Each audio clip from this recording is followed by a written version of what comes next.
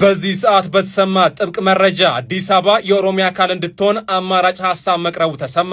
ተመካካሪዎች አራቱንም አማራጮች በመገምገም የከተማዋን ሕጋዊ አቋም የተመለከተ ምክረ ሐሳብ እንዲያመነጩ የሚጠበቅ ሲሆን በሰነዱ ከተዘረዘሩ አማራጮች ውጪ ተጨማሪ አማራጭ ማቅረብ ስለመቻል አለመቻሉ ሰነዱ አያመላክትም። አዲስ አበባን ሲቲ ስቴት፣ ራስ ገዝ፣ የፌዴራል አካል፣ ራሷን የቻለች ክልል፣ የኦሮሚያ አካል ማድረግ የሚሉት ደግሞ በሰነዱ የቀረቡ አማራጮች ናቸው ተብሏል። አዲስ አበባ ከኦሮሚያ ክልል ጋር ያላትን ግንኙነት፣ የከተማዋ በጀት ድርሻ ጉዳይ፣ የፌዴራል ዋና ከተማ ጉዳይ፣ የአዲስ አበባ ፖሊስና ፍርድ ቤት ጉዳይ፣ የከተማዋ ወሰንና የቦታዎች ስያሜ፣ የከተማዋ የሥራ ቋንቋ እንዲሁም የከተማዋ ታሪካዊ ቅርሶች አካታችነት ጉዳይ ጥያቄዎችም የተዘጋጁላቸው የምክክር ንዑስ አጀንዳዎች ሆነው በሰነዱ ቀርበዋል ተብሏል። ስለ ጉዳዩም ትላላችሁ ተጨማሪ መረጃ ፎሎ ማድረጋችሁ እንዳረሱ። አዲስ አበባ የኦሮሚያ አካል እንድትሆን አማራጭ ሐሳብ ቀረበ።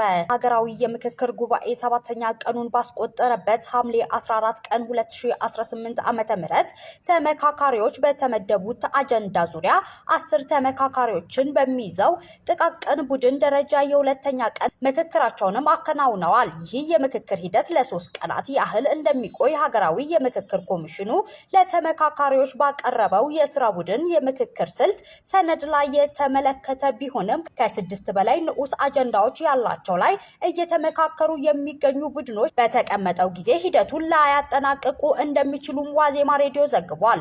ኮሚሽኑ ለተመካካሪዎች ባቀረበው የሀገራዊ ምክክር አጀንዳዎች የውይይት መሪ ጥያቄዎች ሰነድ መሰረት አዲስ አበባ ህጋዊ አቋም 4 አማራጮችም ቀርበውለታል።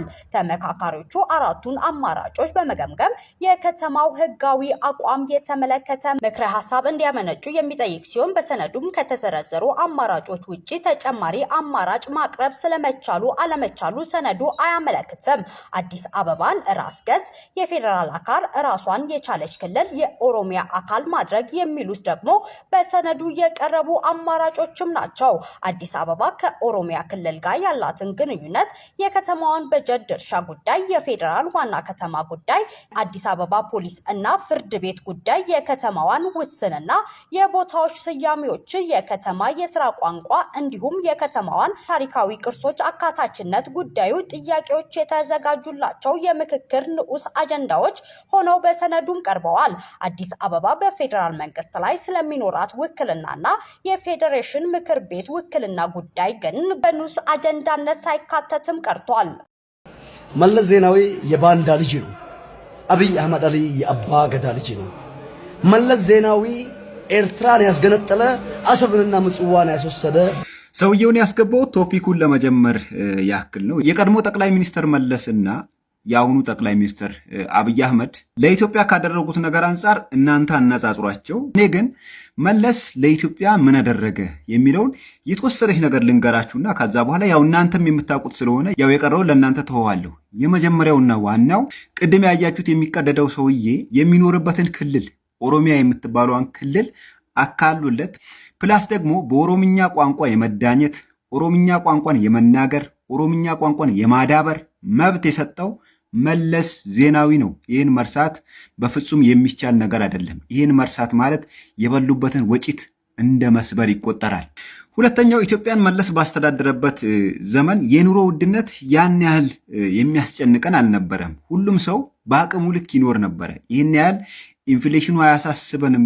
በድሃውና በሀብታው መካከል ያን ያህል የሰፋ እንደዚህ የሰማይና የምድር የሚያክል ልዩነት አልነበረም። አትሊስት ሁሉም ሰው በሚያገኘው ገቢ መኖር ይችል ነበር። ሌላው ዶክተር አብይ አህመድ አባይን የገደበ ብሏል። ቅድም እንደሰማችሁት አባይን የደፈረ ጀግና አቶ መለስ ዜናዊ ነው። በዚህ በፈለጋችሁት ነገር እንደራደር። የአባይን ግንባታ ከ69 በመቶ በላይ ገንብቶ ለዚህኛው አስተዳደር ያስረከበው የአቶ መለስ ዜናዊ አስተዳደርና ፖሊሲ ነው።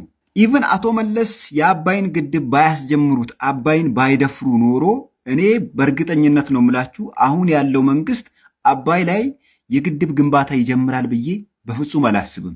መለስ ዜናዊ ማለት አባይን የደፈረ ብቸኛ ጀግና ነው። እንደውም የአባይ ግድብ ሲመረቅ የአቶ መለስ ዜናዊ ስምና የኢንጂነር ስመኘው በቀለ ስም ተነስቶ አለመመስገናቸው እኔ እስካሁን ጥያቄ የፈጠረብኝ ጉዳይ ነው። መመስገንና ስማቸው መነሳት ብቻ ሳይሆን ቦታው ላይ ሐውልት ሊቆምላቸው የሚገባ በአባይ ጉዳይ ከተነሳን ብሔራዊ ጀግኖቻችን ናቸው። ፕራይም ሚኒስተር የቀድሞ ጠቅላይ ሚኒስተር መለስ ዜናዊና ኢንጂነር ስመኘው በቀለ። ሌላው ታችኛው ማህበረሰብ ላይ ያተኮረ ልማት የምግብ ዋስትናን ለማረጋገጥ በየአርሶ አደሩ ማሳ እንደ ተራ ገበሬ እየተዘዋወረ እንደ አንድ የግብርና ኤክስቴንሽን ባለሙያ እየዞረ አርሶ አደሩን ኢንተርቪው እያደረገ እያበረታታ የኢትዮጵያን የምግብ ዋስትና ለማረጋገጥ በጣም ሲለፋ የነበረ ታላቅ መሪ ነው መለስ ዜናዊ። ሌላውና ከአቶ መለስ በጣም የማደንቅላቸው አንድ ነገር የሊደርሺፕ ኳሊቲ ነው።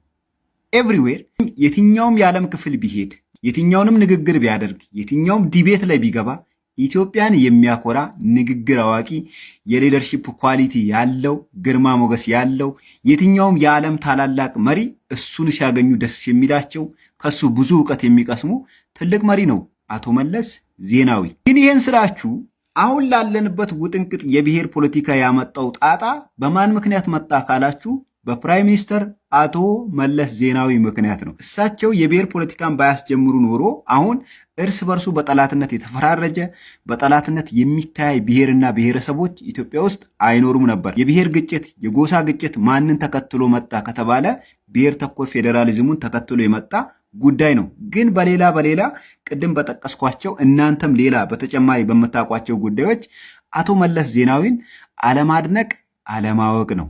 ከእናንተ የሚጠበቀው ምንድነው? ኮሜንት ላይ ገብታችሁ አሁን ያለውን ፕራይም ሚኒስተር ከቀድሞ ፕራይም ሚኒስተር መለስ ዜናዊ ጋር እንደፈለጋችሁ ማነጻጸር ትችላላችሁ። ይህን መብት ሰጥቻችኋለሁ።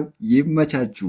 ኤርትራ ወንድም ህዝብ ነው ይባላል። ይኸውላችሁ እኔ ሻዕቢያ የሚደግፍ ኤርትራዊ ወንድሜ አይደለም። እንደ ተጋሩም ሻዕቢያ የሚደግፍ ኤርትራዊ ወንድማችን ነው ብለን ምናምን አይመስለኝም። ሻዕቢያን የማይደግፉ ኤርትራውያን ግን ወንድሞቻችን ናቸው። በተመሳሳይ ኤርትራውያን ህወሓት በድላናለች ብለው ነው እንጂ የሚያምኑት የትግራይ ህዝብ በድሎናል ብለው እንደማያምኑ በጣም እርግጠኛ ነኝ።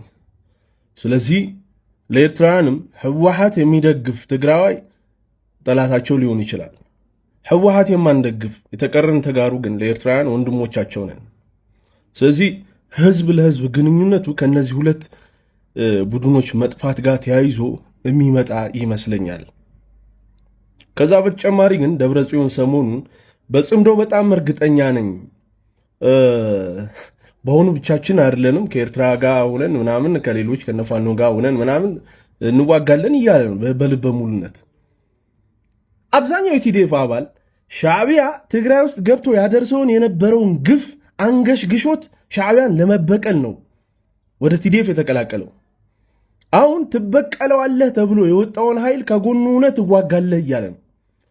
እንዴት ነው የሚተማመኑት ሻዕቢያና ቲዲኤፍ? ምክንያቱም ከገዳይህ ጋር አብረህ ትዋጋለህ እኮ ነው እየተባለ ያለው የትግራይ ወጣት። እኔ ይህ ጽምዶ እንደማይሰምር በተለይ በሚሊተሪ በእግረኛው እንደማይሰምር በጣም እርግጠኛ ነኝ። ሻዕቢያን መበቀል እንጂ ከሻዕቢያ ጎን ሆኖ መዋጋት የሚፈልግ የቲዲኤፍ አባል የለም። ስለዚህ የቲዲኤፍ አባላት ሆይ ይኸውላችሁ ሻዕቢያ ጠላታችሁ ነው። ሻዕቢያ የሰራውን ግፍ አንገሽግሿችሁ ሻዕቢያን ለመበቀል ነው ጫካ ያወጣችሁት። ስለዚህ አሁንም ድጋሜ ከሻዕቢያ ጎን ሆናችሁ እንዳትካዱ ተበተን ጎበዝ፣ ቲፒኤፍ ተቀላቀሉ። ለምን ቲፒኤፍን አትቀላቀሉ? ስሙ ራሱ የትግራይ ፒስ ፎርስ እኮ ነው፣ የትግራይ የሰላም ኃይል። ወይ በቃ ተዉት። ይኸውላችሁ ከፊታችን የሆነ አስደንጋጭ ነገር ነው እየመጣብን ያለው። ታሪክ ራሱን ሊደግም በተመሳሳይ ሁኔታ ራሱን ሊደግም ነው እየተዘጋጀ ያለው። ለምንድን ነው በቃ ነው የማንለው? ይኸውላችሁ ቲዲኤፍ አባል የሆኑ ቤተሰቦቻችሁን ምን እየተፈጠረ እንዳለ ንገሯቸው። እነሱ እየገባቸው ካልሆነ ሼር አድርጉላቸው፣ ንገሯቸው ምን እየተፈጠረ እንደሆነ። ተመሳሳይ ስህተት ነው እየሰራን ያለ ነው። ተመሳሳይ ስህተት ነው። ሻዕቢያ የመካድ አመል አለበት። ድጋሜ ይክደናል፣ ድጋሜ እንጠፋለን። አረ ነው ወይ ይጠፋሉ አሁን የቲዲኤፍ አባላት ያሉት። እና እባካችሁ ከፊታችን እየመጣ ያለውን አደጋ እንረዳው፣ እንገንዘበው። ጎበዝ። ሰላም ለትግራይ ህዝብ። ይመሻሹ።